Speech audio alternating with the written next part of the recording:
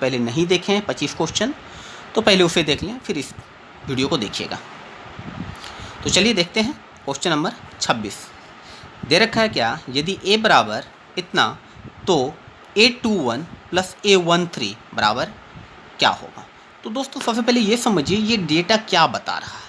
यह a21 जो है यह a बता रहा है एलिमेंट को। a क्या बता रहा है, एलिमेंट को। कौन से एलिमेंट को, दूसरा रो और पहला कॉलम, दूसरा रो और पहला कॉलम।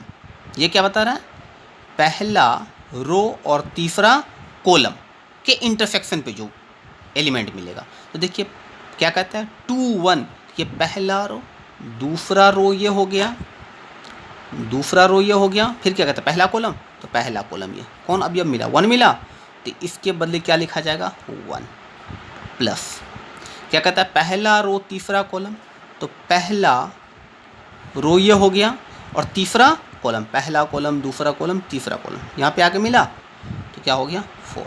तो 1 + 4 = कितना मिल जाएगा 5। इस प्रकार ऑप्शन नंबर ए। चलिए दोस्तों देखते हैं अगले क्वेश्चन को। क्वेश्चन नंबर 27 बहुत ही अच्छा क्वेश्चन है। कहता है यदि a + b 2 5 ab बराबर 6 2 5 8, अर्थात ये दोनों अवयव क्या है, बराबर है। तो a तथा b का मान क्या होगा। तो सिंपल सी बात है, दो अवयव बराबर कब होता है, जब उनके संगत अवयव बराबर होते हैं, अर्थात ये इसके बराबर होगा। तो क्या मिल गया a + b बराबर कितना 6, ये 2 तो 2 के बराबर होगा, 5 5 के बराबर होगा ही, और एक काम हमारा यहाँ से बन जाएगा। तो ए बी बराबर कितना हो जाएगा 8 हो जाएगा। ध्यान दो दोस्तों, ये तो हमारा ऑब्जेक्टिव क्वेश्चन है ना, ऑब्जेक्टिव क्वेश्चन है तो हम क्यों ना कोई टेक्निक का इस्तेमाल कर लें और कम टाइम में बना लें। क्या कह रहा है क्वेश्चन, कह रहा है जो दो संख्याओं का योगफल क्या है 6 है, और उसी दोनों संख्याओं का गुणनफल कितना है 8 है। तो किस दो संख्याओं का योगफल 6 और गुणनफल 8 होता है दोस्तों। तो सिंपल सी बात है, यदि आप 4 और 2 के बारे में सोचें तो 4 और 2 मिलकर के कितना 6, और 4 और 2 को गुना करेंगे कितना 8, अर्थात संख्या क्या होगा 4 और 2। तो ऑप्शन नंबर सी। चलिए दोस्तों देखते हैं अगले क्वेश्चन को।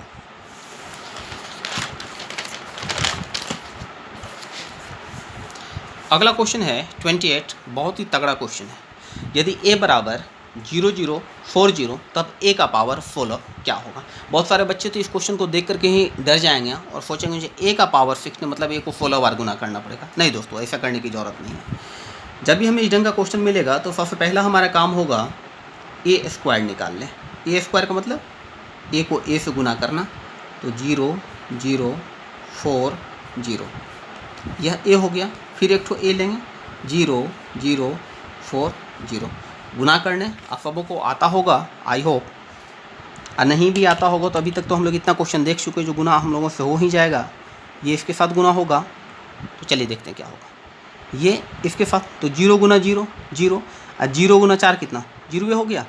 फिर इसको इसके साथ गुना करेंगे 0, ये इसके साथ गुना होगा तो ऑब्वियसली 0 होगा, और ये इसके साथ गुना होगा तो क्या होगा 0। इस प्रकार ये हमारा क्या प्राप्त हुआ, देखिए तो जीरो मैट्रिक्स प्राप्त हो गया। कौन मैट्रिक्स, जीरो मैट्रिक्स, और डिनोटेड बाय ओ।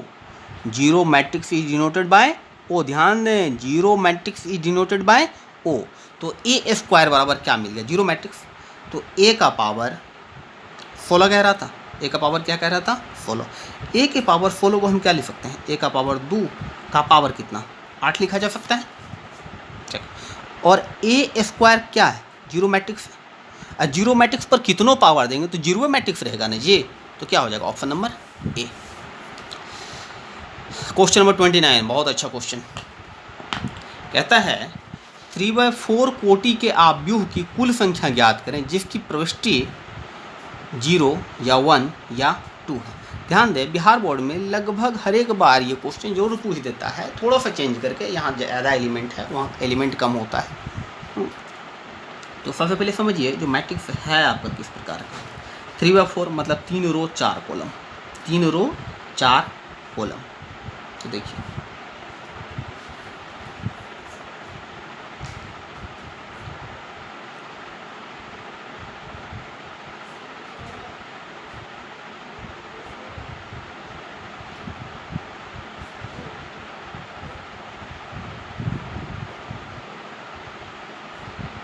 मतलब आपका मैट्रिक्स कुछ इस साइज का है।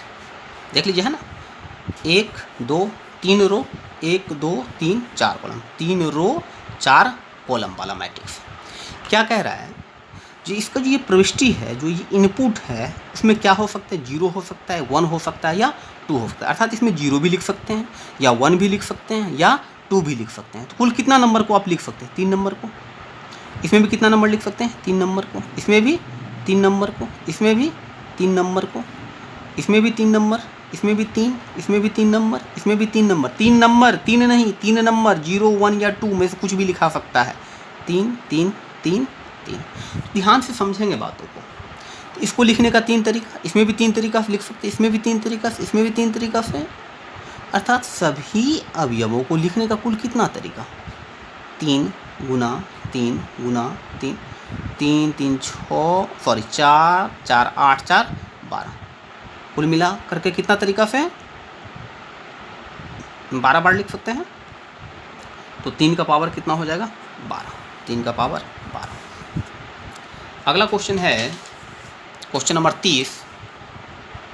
क्वेश्चन नंबर 30 कह रहा है क्या, यदि a बराबर इतना तो a का पावर 6 कितना होगा। यदि a बराबर इतना तो a का पावर 6 कितना होगा। ध्यान दें, फिर वही टेक्निक लगाएंगे। तो पहले क्या निकालेंगे, a स्क्वायर निकाल लेंगे। तो a स्क्वायर क्या होगा, देखिए 0 0 1 0 1 0 1 0 0। इसको फिर क्या, a स्क्वायर मतलब 2 बार a, एक बार फिर 0 0 1 0 1 0 1 0 0। गुना करेंगे, पता है ये इसके साथ गुना होगा। तो 0 गुना 0 0, 0 गुना 0 0, 1 गुना 1 तो 1। फिर ये वाला इसी के साथ गुना होगा, 0 गुना 0 0, 1 गुना 0 0, 0 गुना 1 0। फिर ये इसके साथ 1 गुना 0 0, 0 गुना 0 0, 0 गुना 1 0। इसी प्रकार से फिर सेकंड कॉलम के साथ आप करेंगे तो मिलेगा आपको 0 1 0, और फिर इसको थर्ड कॉलम के साथ करेंगे तो 0 0 1। इस प्रकार से a स्क्वायर क्या मिल गया आपको, तत्समक आव्यूह, ठीक है, इकाई आव्यूह। a स्क्वायर बराबर क्या मिल गया आपको, i मिल गया। हमें निकालना क्या था, a का पावर 6।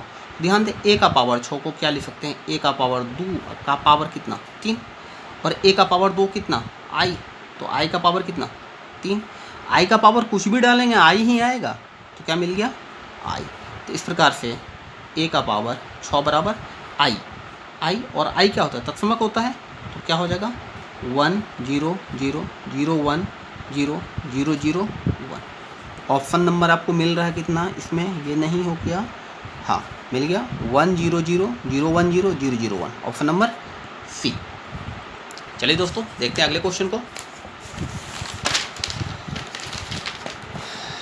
बहुत ही अच्छा क्वेश्चन, क्वेश्चन नंबर 31 कहता है यदि a 3 कोटि का एकांक आव्यूह हो, मतलब तत्समक आव्यूह हो, तो ट्रेस a का मान क्या होगा। ध्यान दें, शायद आप में से बहुत बच्चे इस टॉपिक को पहली बार देख रहे होंगे।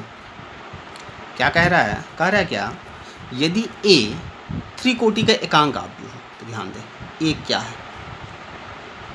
यूनिट मैट्रिक्स बता रहा है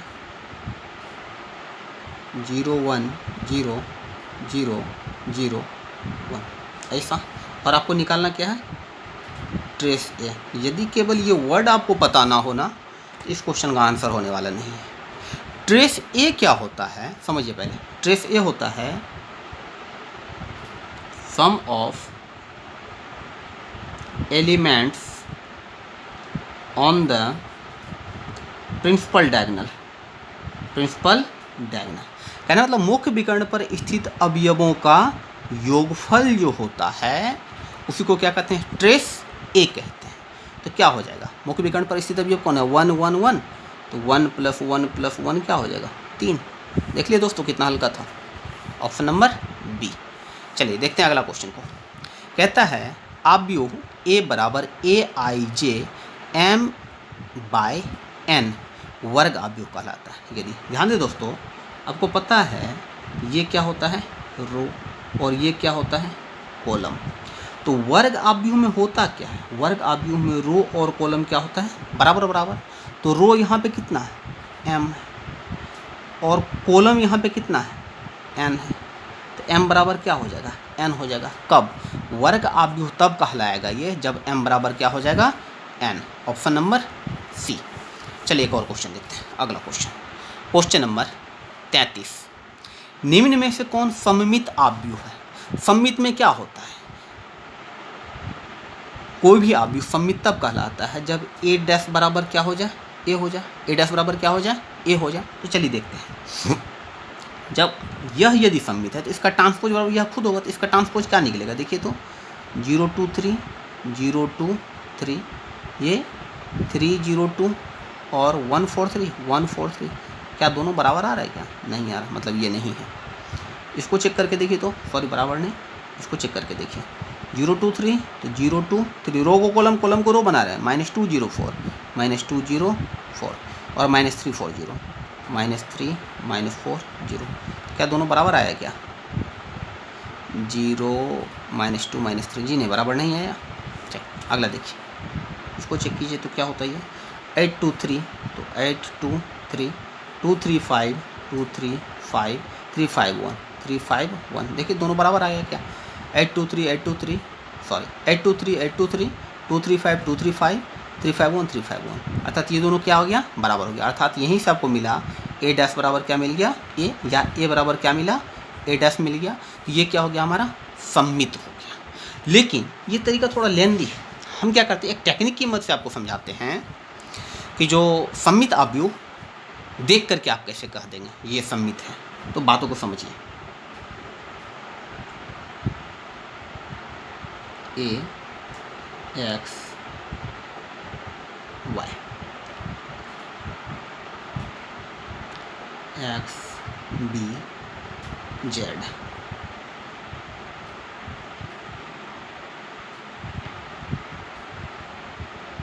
y z c।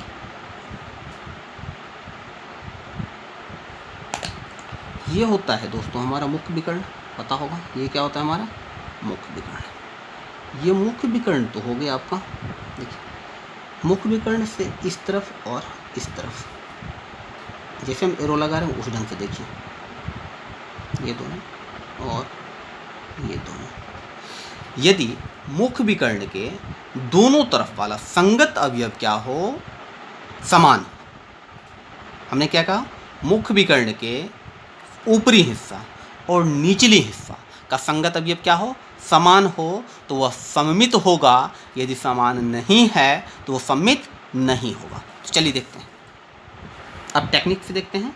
ये हो गया आपका मुख्य विकर्ण, मुख्य विकर्ण के इस तरफ कितना 2 और इस तरफ कितना 3, क्या समान है, नहीं है, तो ये नहीं होगा। ये हो गया हमारा मुख्य विकर्ण।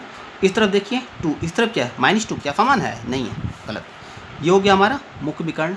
देखिए इस तरफ भी 2, इस तरफ भी 2, समान है।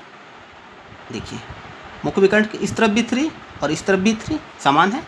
इस तरफ भी 5 और इस तरफ भी 5, अर्थात संगत अवयव क्या हो गया, समान हो गया। इसलिए ऑप्शन नंबर सी इसका सही आंसर हो गया। तो चलिए दोस्तों, इस लेसन में यहीं तक, फिर हम मिलते हैं अपने नए लेसन के साथ।